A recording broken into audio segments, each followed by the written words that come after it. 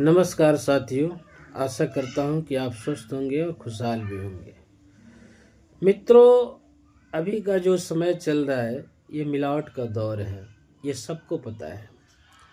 लेकिन मैं समझता हूं कि व्यक्ति के विचारों में मिलावट नहीं होनी चाहिए, क्योंकि अगर विचारों में मिलावट हो गई तो फिर वहां से हर चीज़ की मिलावट का सिलसिला शुरू हो जाता है। वैसे तो अभी के वर्तमान समय में आप चाहे कुछ भी कर ले, कोई भी चीज़ें बिना मिलावट की नहीं मिलती है। चाहे आप मार्केट से कितने भी ब्रांडेड चीज़ें खरीद ले, कुछ भी खरीद ले, जो चीज़ें जितनी ब्रांडेड है उतनी ही मिलावट है उसमें।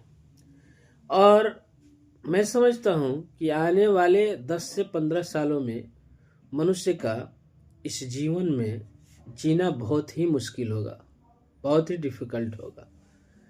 कारण यह है कि दुनिया में जितनी भी चीज़ें हैं जो हम अपने जीवन के लिए उसे ग्रहण कर रहे हैं, कोई भी चीज़ें शुद्ध रूप से नहीं मिल पा रही है।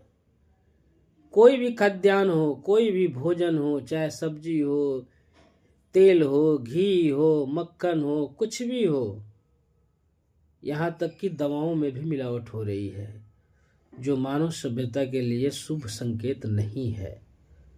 मनुष्य का जीवन तभी बच सकता है जब व्यक्ति अपने विचारों की मिलावट को दूर करे।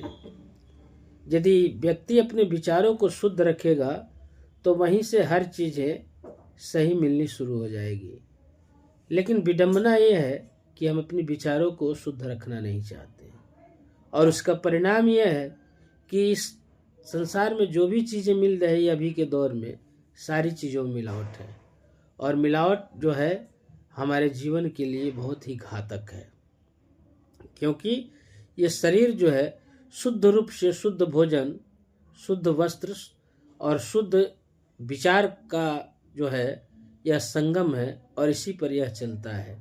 लेकिन इस शरीर को जो सही रूप से ये चीज़ें नहीं मिलेगी तो यह शरीर कैसे चल पाएगा? नहीं चल पाएगा।